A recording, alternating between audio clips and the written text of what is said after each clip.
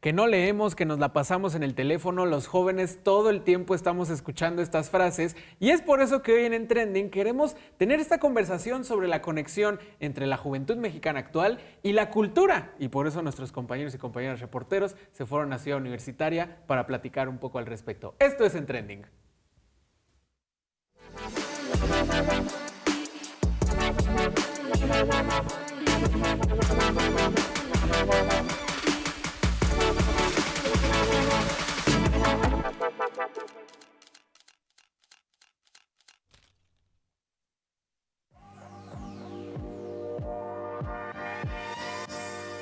Nos acostumbraron a creer que la cultura únicamente la podemos encontrar en museos, en libros con pasta dura o en conciertos donde hay que guardar silencio, haciéndonos creer que este espacio es meramente elitista. Pero de hecho, la cultura también es esa playlist que nos acompaña mientras recorremos CEU.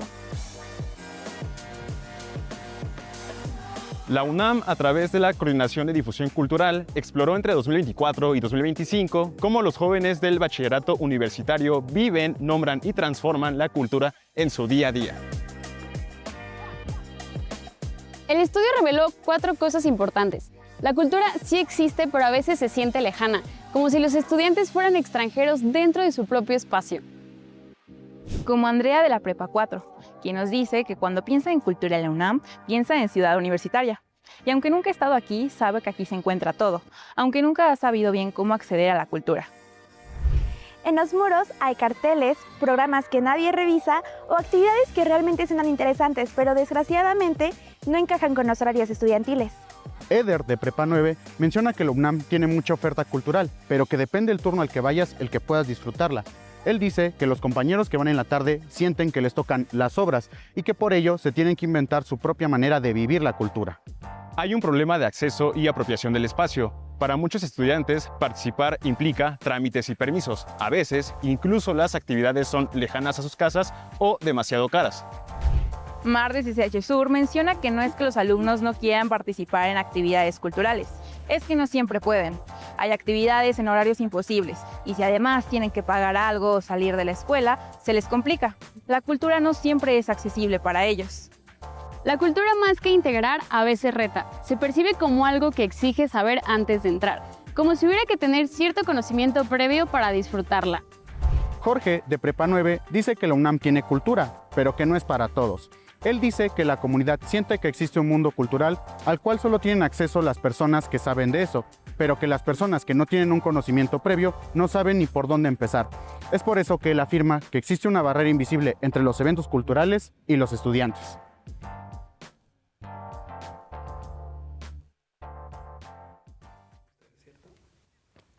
Así nuestro equipo inicia En Trending, donde los protagonistas son los jóvenes, particularmente la comunidad universitaria de prepas y CCHs que participaron en la encuesta que se organizó en nuestra universidad, Cultura, qué es, dónde vive y cómo se consume, donde la verdad tendremos una conversación bien interesante porque los datos nos dicen mucho de qué estamos pensando los jóvenes y es que algo que se menciona también, Beto, es que nos preocupa en muchas ocasiones los traslados, los costos, también esta parte de los permisos, solo por mencionar un poco de lo que estuvimos escuchando. Y también, pues bueno, mucho el tema de que siempre pensamos en cultura como algo refinado, como algo que no es lo que hacemos en nuestro día a día, pero eso también es cultura, o sea, también es cultura todo lo que consumimos, todo lo que como juventudes nos gusta, también lo que incluye ya el espacio digital, eso también es cultura, a pesar de que siempre nos digan que nada más es estar perdiendo el tiempo. Para esta conversación, como dices, Ren, es muy interesante, le damos la bienvenida a nuestro invitado de lujo de hoy, Alejandro León, gestor cultural, profesor de Historia del Arte, ya llevas 10 años como parte del equipo de coordinación de difusión cultural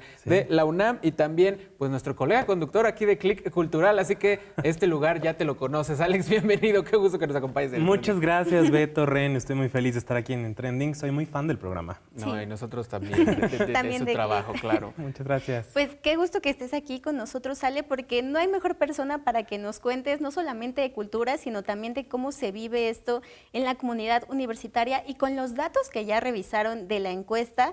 ¿Cómo notaron que existe esta diferencia entre lo que los jóvenes reconocían como su cultura y estos 5 puntos que ustedes identificaron desde la coordinación? Bueno, habría que empezar diciendo que el estudio no empezó concebido como una encuesta.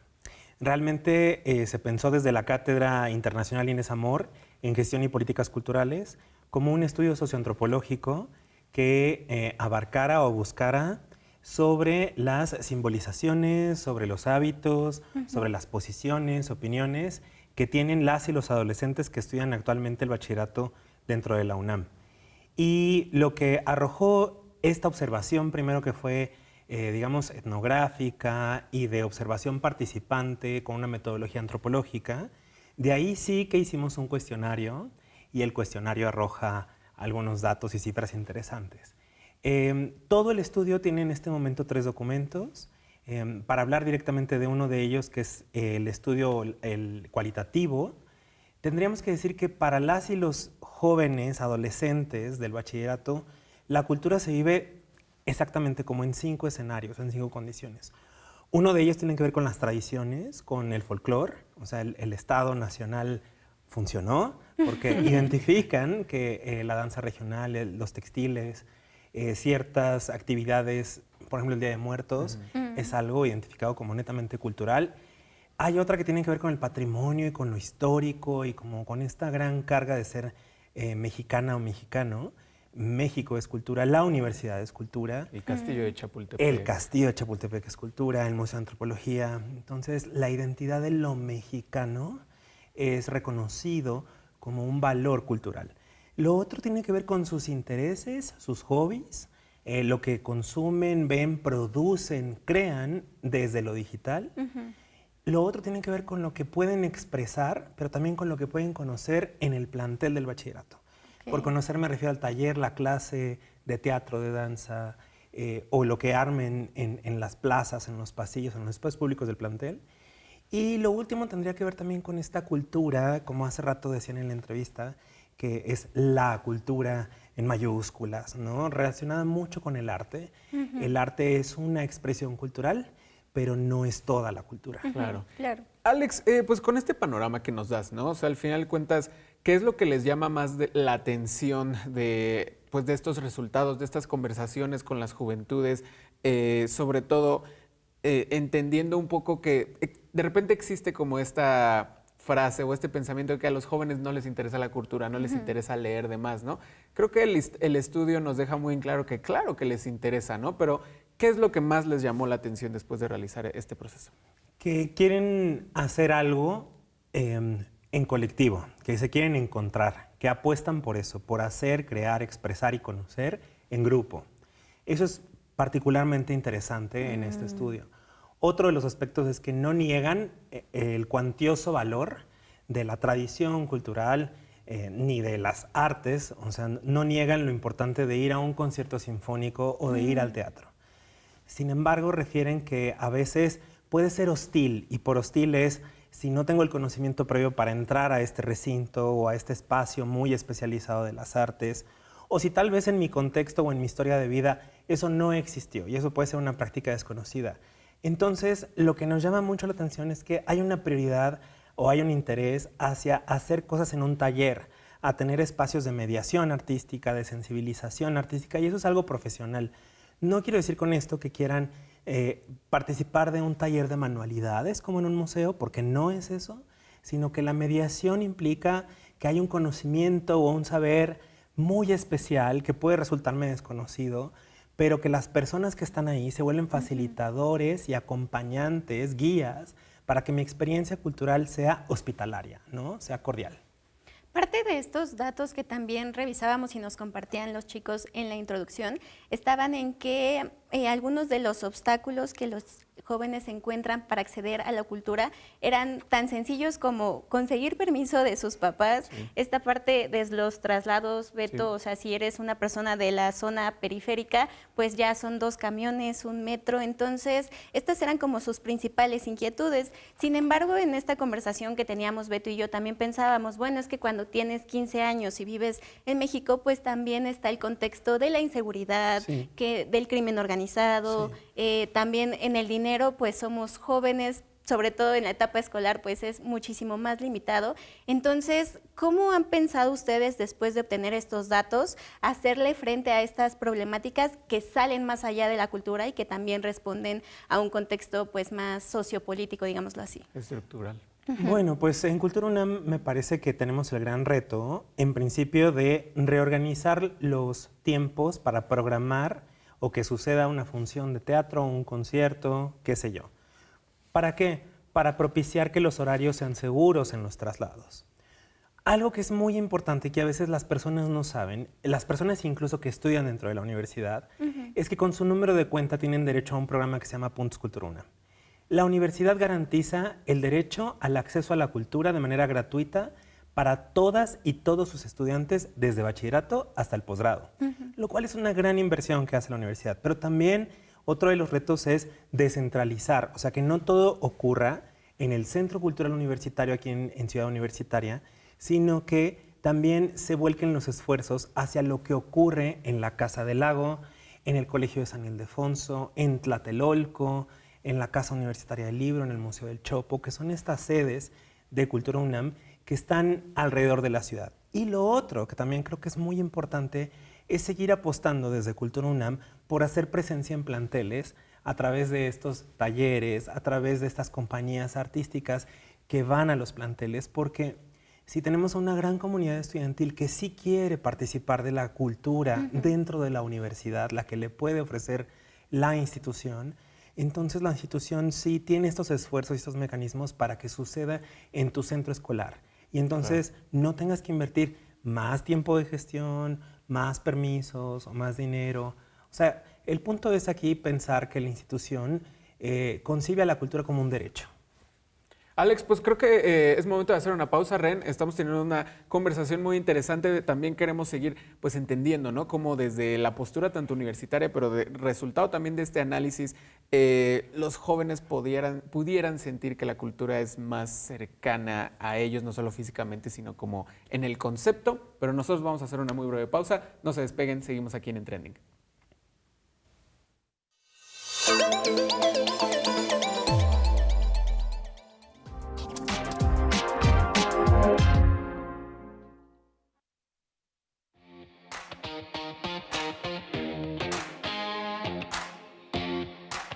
Hoy las juventudes están reescribiendo lo que entendemos por cultura. La moldean con nuevas herramientas, lenguajes y escenarios, que antes hubieran sido discriminados por el gremio cultural.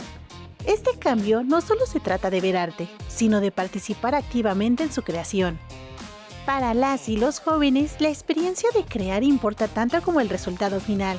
Por eso buscan talleres y espacios donde puedan experimentar con ilustración, fotografía digital, narrativas visuales, creación de fanzines, escritura alternativa, diseño de moda independiente, muralismo o desarrollo de manga. Las autoridades se han dado cuenta que es necesario llevar la cultura donde habitan los jóvenes, las canchas deportivas, las calles, las escuelas, auditorios comunitarios que funcionan como puntos de encuentro donde conviven jornadas artísticas, actividades comunitarias y talleres al aire libre. La cultura trata de ser accesible para este sector. Un ejemplo de este dinamismo lo pone la UNAM con su carro de comedias, que convierte un remolque en escenario y lleva teatro profesional a comunidades donde nunca habían tenido acceso directo a las artes escénicas. Además, también hay un interés de que la ciencia también sea comprendida como parte de la cultura. Para ellas y ellos, la ciencia también es una narrativa que se interpreta, se comparte y se vive. Esto ha provocado que el consumo de actividades culturales siga creciendo. Tan solo en 2025, de acuerdo con el INEGI, el 61.5% de la población de 18 años y más asistió al menos a un evento cultural, teatro, conciertos, danza, exposiciones o cine. La cifra confirma que la participación sigue viva, aunque los caminos para llegar a ella se vuelvan cada vez más diversos y con mayor apertura.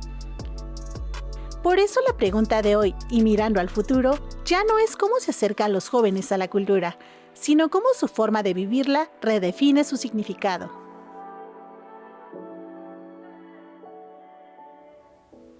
Continuamos aquí en Trending hablando sobre cultura y también buscando quitar este estigma de que a los jóvenes no nos interesa nada de estas actividades ni lo artístico. Y es que también es un panorama que ha ido cambiando mucho, como bien lo menciona Sai, Ale, Beto. Por ejemplo, a mí me gustó siempre mucho la cultura asiática, esta parte del K-pop, el manga, y hace 10, 15 años, pues era un estigma súper grande, ¿no? O sea, no te podía gustar porque entonces había bullying y muchas otras partes. Y ahora veo a los chicos en los planteles bailando, hacen coreografías. Entonces siento que es un panorama que también se ha ido diversificando. Beto, ¿tú cómo has vivido esta parte de desestigmatizar parte de la cultura?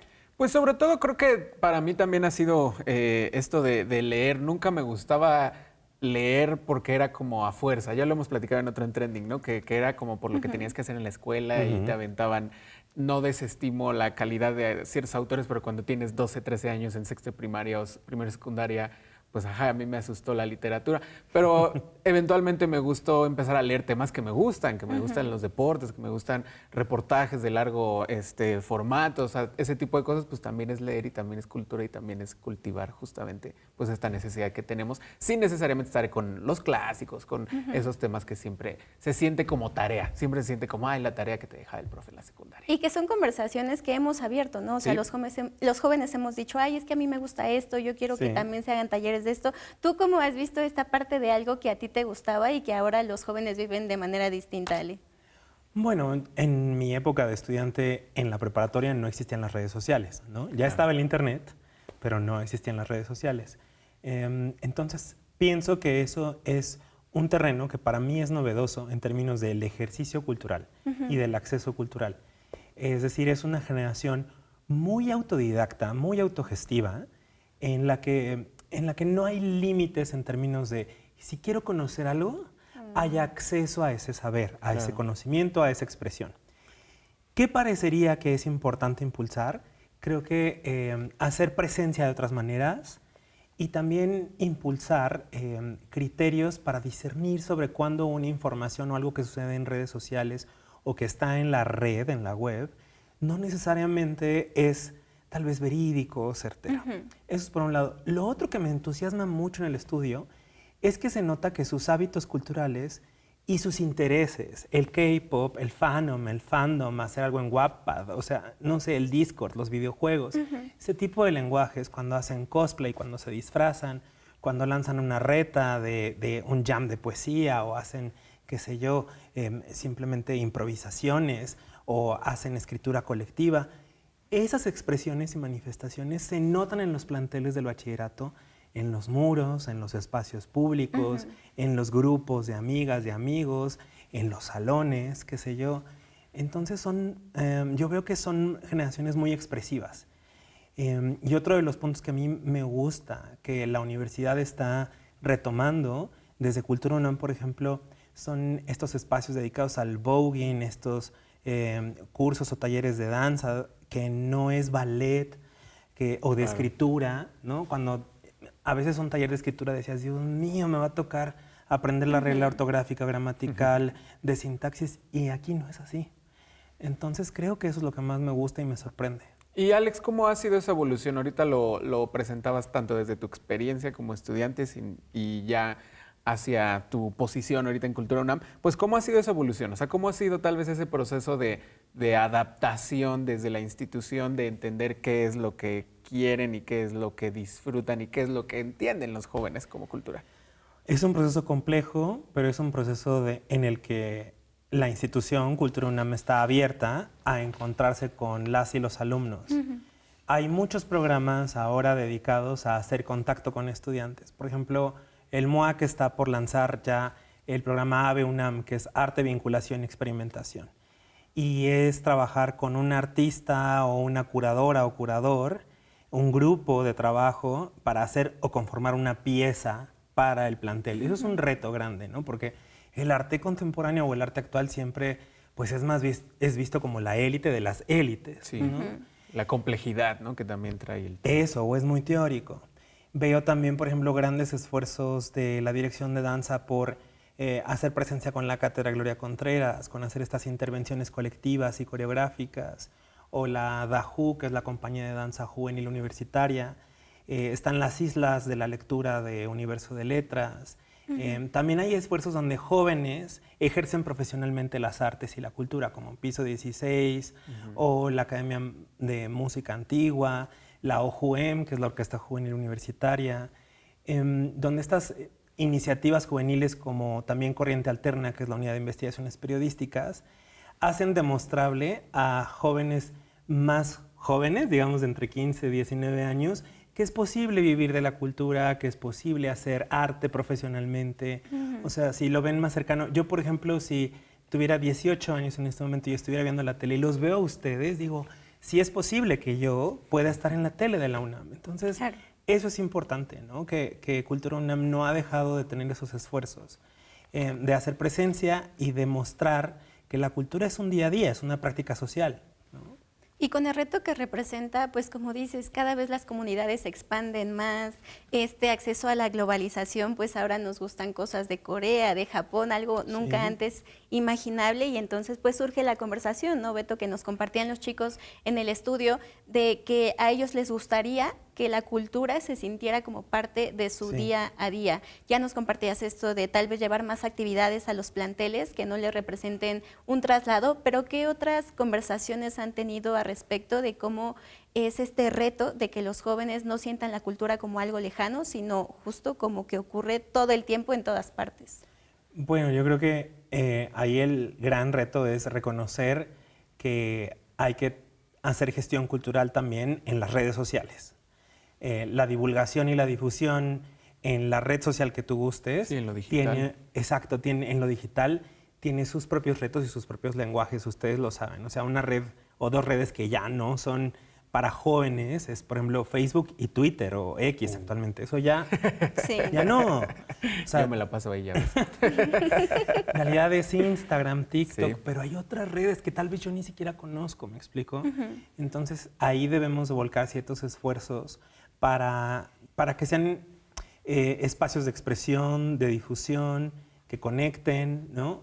Y también hay que incorporar en las iniciativas esto de lo que hemos venido hablando, ¿no? O sea, el K-pop como fenómeno, como práctica, como expresión.